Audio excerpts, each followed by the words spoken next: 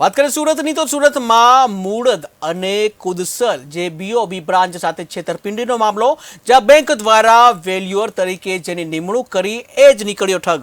ત્યારે આરોપી સુરેશ સરદાર મલ જૈન બેંકનો વેલ્યુઅર હતો, જે અલગ અલગ ગ્રાહકોને ગોલ્ડ પર બેંકમાંથી લોન અપાવતો હતો. ત્યારે જે લોન લેનાર વ્યક્તિઓ લોન નહીં ભરતા આખો મામલો બહાર આવ્યો હતો.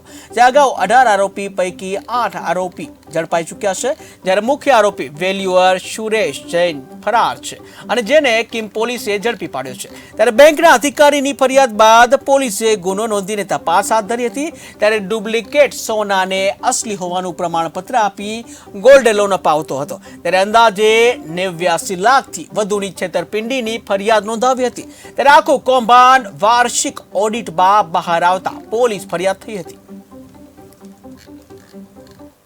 સુરત ગ્રામ્ય જિલ્લાના કીમ પોલીસ સ્ટેશનની અંદર તારીખ 18 જાન્યુઆરીએ બેંક ઓફ બરોડાના એક અધિકારીએ ફરિયાદ આપેલી હતી. જે ફરિયાદ મુજબ બેંકમાં અલગ અલગ લોકોએ સોના મૂકી અને એને સોનાને અવેજીની અંદર લોન મેળવેલી હતી. એમાં આરોપી નંબર 1 છે, એનું નામ છે સુરેશ સરદારમલ જૈન. આ સુરેશ સરદારમલ એ પોતે બેંકના વેલ્યુઅર તરીકે કામ કરતો હતો અને અલગ અલગ લોકોને એમણે અલગ અલગ લોકો પાસેથી બેંકની અંદર સોનું મુકાવીને લોન મેળવ્યા હોવાની હકીકત જાણવા મળેલી. આ ગુનામાં કુલ 18 આરોપીઓ હતા. એ પૈકીના 8 આરોપીઓની ધરપકડ કરવામાં આવેલી હતી. જ્યારે આ જે મુખ્ય આરોપી છે એ સુરેશ સરદારમલ જે જૈન છે, એમને કીમ પોલીસ સ્ટેશન દ્વારા ગઈકાલે અટક કરવામાં આવેલો છે.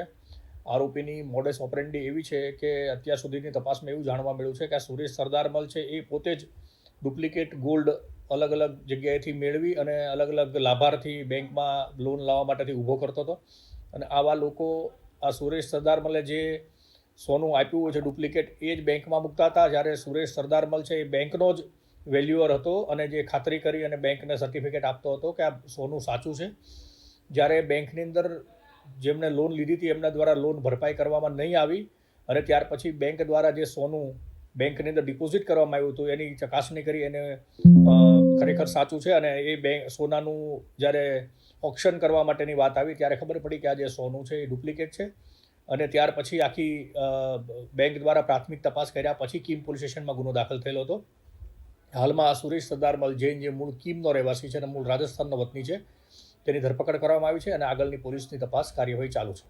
સુરત ગ્રામ્ય જિલ્લાના કીમ પોલીસ સ્ટેશનની અંદર તારીખ